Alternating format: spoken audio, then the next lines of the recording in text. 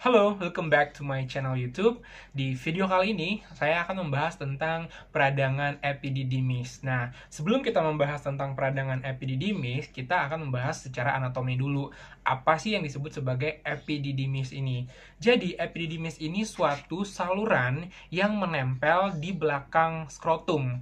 Jadi, kalau misalnya teman-teman lihat untuk pria nih ya, bisa meraba sendiri di belakang testis, itu ada satu saluran, teman-teman, yang naik ke atas. Jadi saluran itulah yang disebut sebagai epididymis, teman-teman. Nah, apa sih fungsinya? Nah, fungsi dari epididymis ini sangat penting karena dia berfungsi sebagai pengangkut sperma dan dalam proses pematangan sperma yang diproduksi oleh testis. Jadi, setelah sperma diproduksi oleh testis, maka nanti akan diangkut dan akan disimpan di dalam epididymis ini sendiri. Nah, epididymis ini memiliki 3 bagian penting secara anatomi, yaitu pertama ada yang disebut sebagai kaput atau kepalanya, kedua korpus atau badan, ketiga cauda atau ekor, yang dimana masing-masing memiliki fungsi. Pertama kita bahas dulu tentang kepalanya. Kepala atau disebut sebagai kaput ini berfungsi dalam proses penyimpanan sperma yang sudah diproduksi oleh testis. Nah, bagian badan, yaitu bagian kedua atau korpus, di mana bagian badan ini berfungsi untuk proses pematangan sperma. Nah, proses pematangan sperma ini sendiri membutuhkan waktu kurang lebih 1 minggu. Nah, ketika pematangan sudah selesai, maka sperma itu dapat disalurkan ke bagian ekor. Nah, di bagian ekor ini atau cauda ini berfungsi untuk menyalurkan sperma ketika terjadi ejakulasi.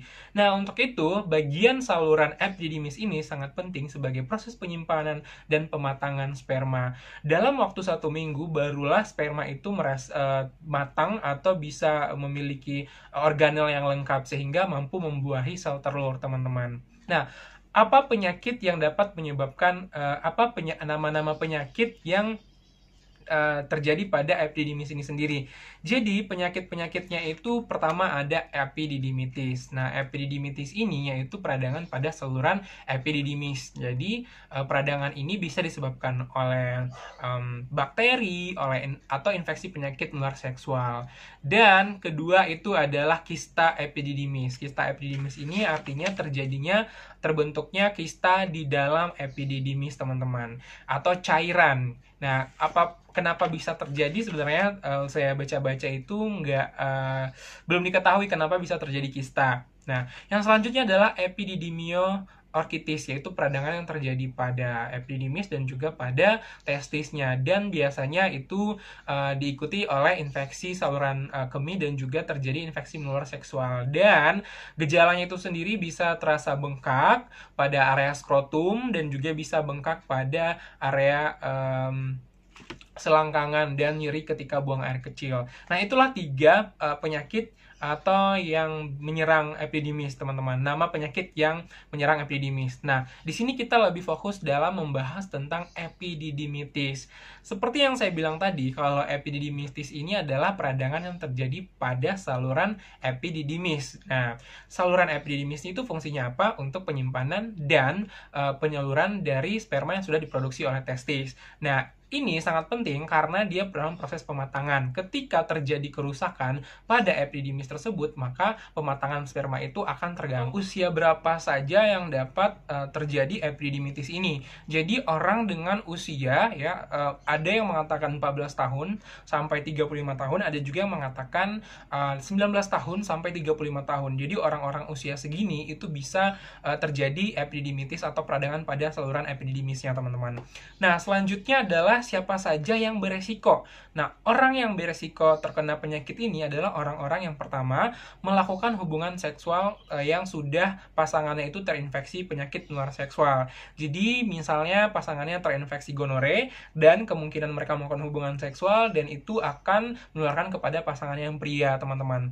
Nah, yang kedua adalah orang yang melakukan hubungan seksual tanpa penggunaan pengaman atau misalnya tidak menggunakan kondom, bergonta-ganti pasangan. Terus selanjutnya orang yang memiliki riwayat penyakit infeksi menular seksual itu biasanya itu adalah chlamydia atau gonorea. Jadi orang-orang yang pernah memiliki riwayat penyakit ini bisa terinfeksi pada bagian epididymisnya sehingga bisa terkenal epididymitis gitu.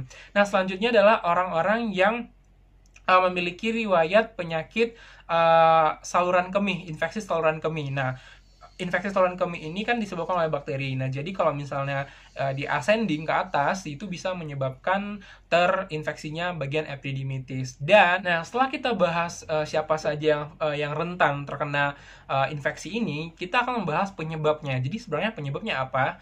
Jadi setelah tadi saya ulang-ulang terus ya. Jadi paling umum itu penyebabnya adalah infeksi bakteri. Salah satunya adalah gonore dan chlamydia. Dan kedua bisa infeksi saluran kemih.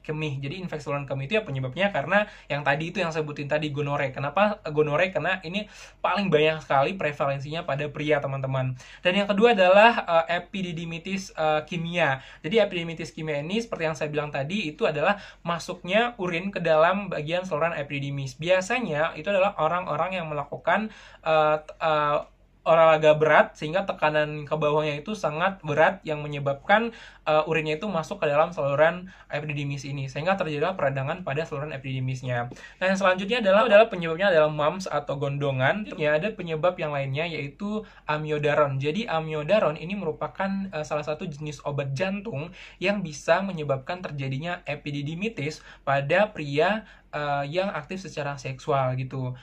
Kenapa mungkin belum tahu kenapa obat ini bisa menyebabkan epididymitis, mungkin next saya akan bahas. Selanjutnya adalah infeksi menular seksual, itu tadi gonorea, chlamydia. Terus penyebab infeksi pada laki-laki atau pria yang sering melakukan hubungan seksual.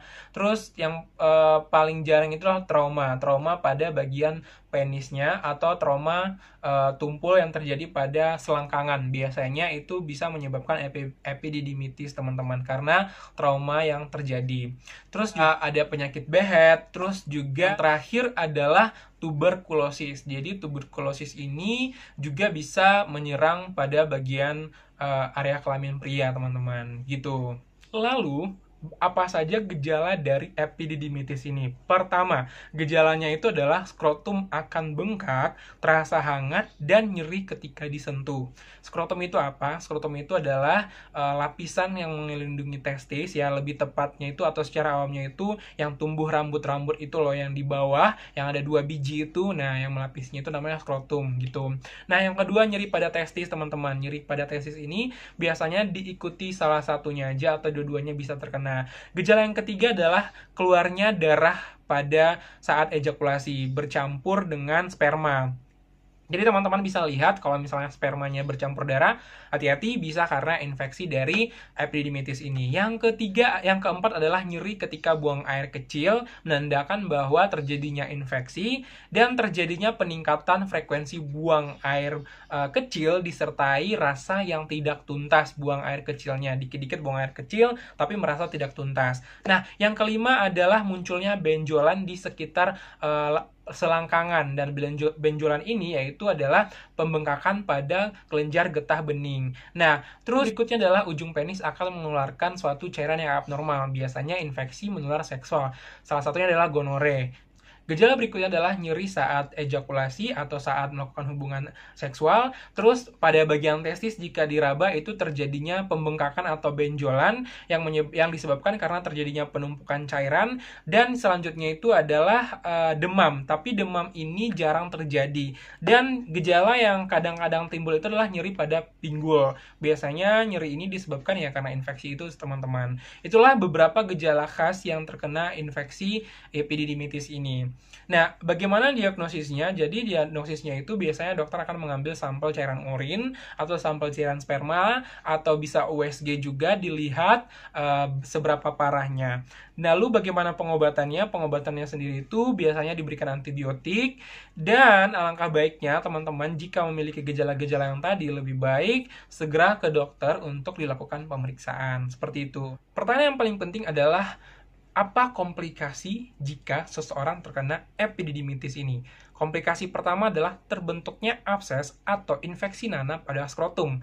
Kedua, robeknya lapisan kulit skrotum. Ketiga, yaitu matinya jaringan pada testis akibat dari kekurangan darah yang tadi, teman-teman. Karena dia akan membentuk jaringan parut yang menyebabkan aliran darah ke testis itu berkurang.